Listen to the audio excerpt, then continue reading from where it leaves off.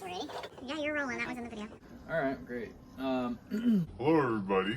Of course, back at the V6 out of the Comanche. Tonight is a special night Because we are installing the pistons back into the engine block. You'll see here the new bearings. Very nice. We have the rings compressed with this tool. Here is the cap, which we will install. You see the walls are already nice and lubricated in there. Just make sure that the piston doesn't and where we will install the cap.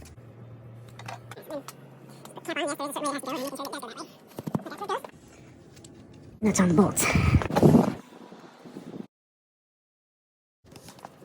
this is the last one. Torque it up. Okay, so this is the cool part.